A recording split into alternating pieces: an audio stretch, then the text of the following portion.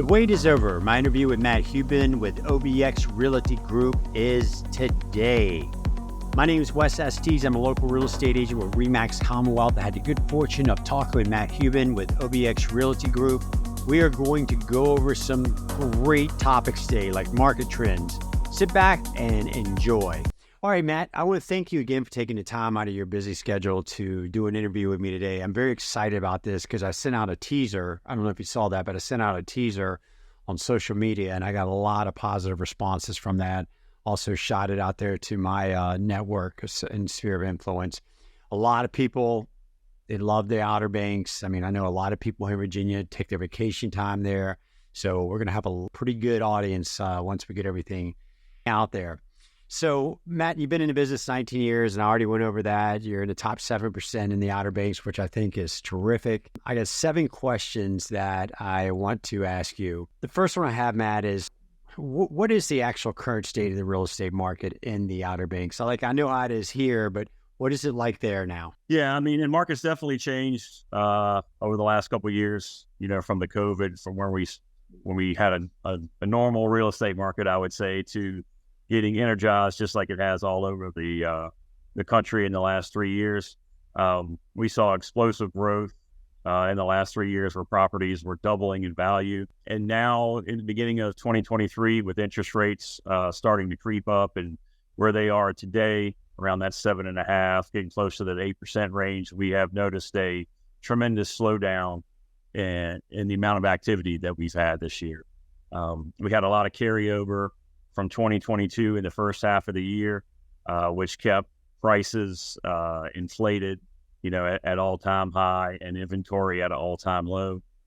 But right now, as we've pushed past the halfway point of the year, prices have started to tick back a little bit. I checked this morning, we're down basically about 5% for the year versus last year, which is not terrible. Inventory is still at an all-time low. We're almost 25% less inventory than we had last year, which was at a record low. So that's also keeping prices stable, because when there's not much competition, you don't have to drop prices. And as far as sales go, we're down about 40% from last year on the overall number of sales. So the buyers have definitely slowed way down for us this year. However, there are still plenty of people out there that want to have a house here on the Outer Banks. Our market is still very, very attractive compared to real estate up in the northern beaches, Rehoboth, Ocean City, the Jersey Shore, especially up in New York. So our pricing is still relatively very attractive to those folks, which is where we get the majority of our clientele so far. Isn't it interesting? Yeah, I knew a lot of folks came from up north that was coming down here and buying properties. So that is interesting. But I definitely hear what you're saying. But let me ask you this question. So you say prices were down 5%. Is that what you heard you say? Yeah, they're down 5% from 2022. Okay, but probably up because, if you look at it from 2019 before the pandemic. Oh, yeah.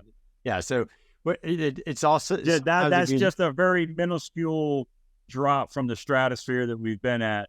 We're still on pace to be the second highest year for the average sold price since as far as I could go back in our MLS as far as statistics go. Right now, the average sold price on the beach is $796,000. I remember when I first started back in 2003, the average price was barely creeping over $400,000. We've come a long way in that time. I don't foresee those prices dropping anytime soon like we did back in 08, 09 when we had the financial crisis, because the lack of competition that we have with just tremendously low inventory and those buyers that are still in the market.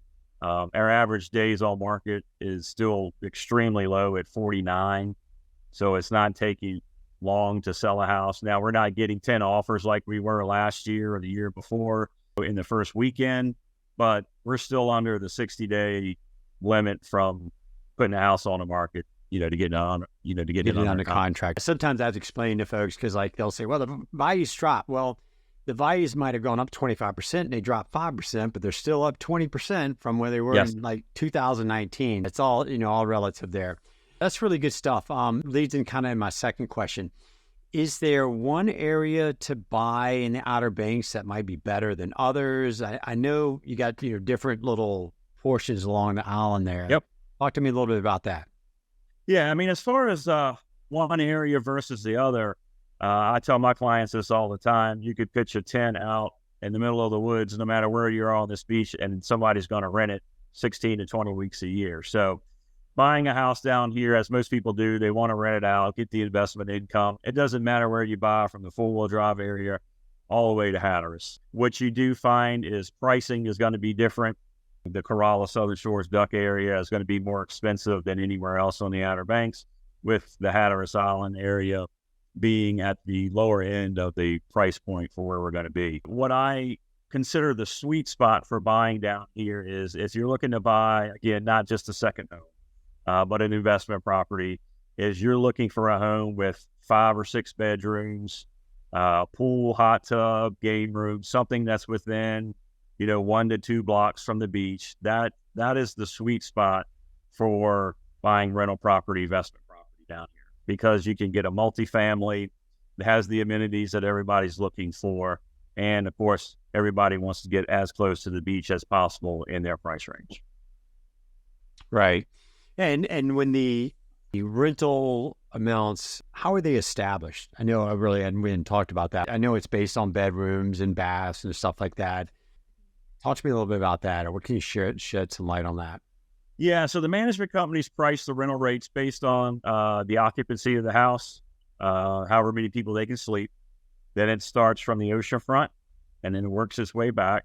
Oceanfront, of course, being the most expensive area. Right. And then you're looking at the amenities. Does it have a game room? Does it have a pool? Does it have a hot tub? Does it have a theater room? Does it have an elevator? And then they price it starting from where you are in relation to how close you are to the beach. So you can take a 6 or 7 bedroom, older home that's, 10 lots from the beach, and it may generate $50,000 a year. But if you take that same house and you move it up to the oceanfront, it's going to generate $100,000 a year. So Gotcha. Proximity to the ocean has a lot to do with it as far as rental rates go. Sure. So you brought up something with the property manager. What's the difference between property manager versus Airbnb or VRBO? But traditionally, when I first started down here, everybody had a property management company, VRBO, Airbnb, HomeAway. Those places didn't exist. In the last decade, those companies have come to prominence. The biggest difference is doing it yourself through Airbnb or a VRBO. It's almost like a part-time job. You are the one answering all the inquiries. You are the one dealing with the vendors for your pool cleaning, your landscaping, your cleaning, and your linen service. However, in exchange for doing all that, you aren't paying the property management company their management fees, which typically run on an average house somewhere around 16 to 18%. So there's pros and cons for both. I try to explain to my clients that if you have a busy life, both of you are working and you don't really want to be that hands-on, then the professional property management companies we have down here are definitely the way to go. They will take care of everything. You can be as involved or not as involved as you want. They'll deal with all the renters. They'll do the cleaning. They'll do all the maintenance on the property. And at the end of the month, they'll deduct all that out of your rental income, and then you'll get the rest. If you have the time and you want to be involved in your property, you can certainly make more money at the end of the day by doing it yourself. But you do have to understand that you are going to dedicate some time to it. Now, once that avenue is set up with VRBO or HomeAway, then it kind of runs itself after a while after you get the process down. Right. So the initial upfront, you're going to invest a lot more time, energy, and effort. Sounds like. Yes. Yeah, a lot of time and energy. But and again, it's personal preference. It just depends on what you want to do, and it's nice that we have those options for each type of buyer. Right. Okay, that's good. So good to know. Talk to me about the Curry Tuck Bridge. Is it ever going to get built? I mean, you hear about it all the time, but what's going on? I've lived here for 21 years, and 21 years ago they say it was going to start. And for the last 10 years, every year they say they're going to start. I can say they are further along in the process now than they've ever been. They know where the bridge is going. They know how much it's going to cost. They know where it's going to start and stop. They know that once they start, it's going to take probably 5 to 7 years to finish building it. We just cleared a major hurdle back in February. There's been a lot of lawsuits trying to stop the bridge, and we cleared the last major hurdle back in February. So I just checked on the NCDOT page today, and they have it on the schedule to start next year. So that remains to be seen. It is sorely needed down here, especially if we do have some kind of hurricane evacuation with just the one road in and out of Duck and Corolla. It will certainly revolutionize this place if they do ever get it built. It will save people coming down to that particular area 1 to 3 hours of travel time and ease just getting in and out of that place. I hope it's built before I'm long gone, but there will be a lot of champagne popping if they do start building next year. I'm sure there will be. Okay, so a person, let's say they buy a house down there out of Banks from you. Talk to me about the flood insurance. How does that work? I mean, that's one of the biggest questions I get because people read about it. They see the Weather Channel, all the water flowing around down here. And they always assume that it's an astronomical price. And in reality, your normal, typical flood insurance will usually run anywhere from about $700 to $1,200 a year. Only in the extreme cases do you get up into $5,000, $10,000, $15,000 a year policies, and those are very, very few and far between down here. Most of the property down here is located in what's called an X flood zone, which you are not required to have flood insurance, or either a AE flood zone, which you are required to have flood insurance, and that is one of the two preferred flood zones. A lot of people don't know this, but the only reason that you're required to have flood insurance is if you have a mortgage on your property, because the lender at the bank requires you to have that flood insurance. If you don't have a mortgage, then you don't have to have flood insurance. Or if you're in that X flood zone, you are not required to have flood insurance. However, I would say 90% of my clients do have it. And the reason for that is, since I've been doing this for 19 years, our flood zones have changed, I believe, 3 times since then. As properties move in and out of the flood zone, if you have a current flood policy on your property and your flood zone changes, the next person buying your property can be grandfathered in to the current policy that you have. So it saves the new buyer a lot of money instead of them having to go to the actuarial rates when the time comes to get a brand new policy if a house doesn't have one. I can't imagine why someone would not want flood. I mean, if it's $700 to $1,200 a year, for that price, it's kind of a no-brainer for that price. And the typical flood policy, it comes from the government. It insures up to $250,000, and it covers just your structure of your house. It doesn't cover your pool, your hot tub, your bulkhead, your pier. It covers anything that gets damaged from the walls inside your home. Sheetrock, insulation, that type of stuff. Anything after that would be, your homeowners or your wind and hail policy. Understood. Okay. So next question I have for you. What is the best time of the year to come to the Outer Banks? My personal opinion, and this is shared by many locals that live here, the best time to be down here is September through Thanksgiving. That's the time of year when it's less crowded. The beaches are still wonderful. The water's warm. The fishing's fantastic. The surfing's fantastic. The restaurants are a little less crowded, and the weather is just absolutely perfect. It's usually about 80 during the day and 70 at night. As we get closer to October and November, you get those 70s without the summer humidity, and it's just a pleasant, perfect time to be down here. Great. Let me ask this, Matt. Okay, so what you mentioned restaurant. What is your favorite restaurant there? I tell you, my personal favorite, I probably got 3 favorites. Okay. I've got the Bad Bean, which is located in Kitty Hawk. Yeah. One of my personal favorites. Been eating there ever since. Like the Bad Bean. Love the Bad Bean. Love the Bad Bean. Yep. Up in Nags Head, there is a great little place that's only open for lunch, which used to be the Outer Banks Mall, where the right beside the hospital. It's called Wu Casa.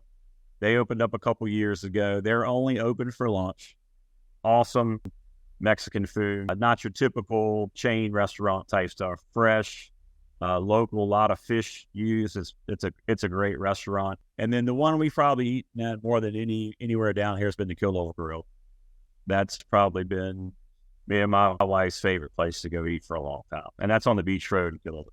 All right. So you have your three top picks. I like that. You heard it straight from Matt. So hey, speaking of that, Matt, thank you again. I do appreciate you taking the time out of your busy day. Sure. And again, the people that go to the Outer Banks that are thinking about investing in the Outer Banks, and this information is going to be very valuable to them as they pursue that.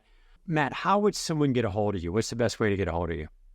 Best way, they can reach me on the phone, 252-480-9283. They can check me out on the web at obxrealtygroup.com. I got a brand new website coming out in the next 30 days. Going to have a lot of great new features. So I'm looking forward to that.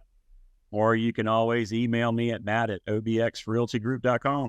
And this is your company, right, Matt? This is it. I'm the broker owner. I take care of all aspects of my client's business from start to finish, and I'd be happy to help anybody that's looking to buy or sell down here on the Outer Banks. Awesome.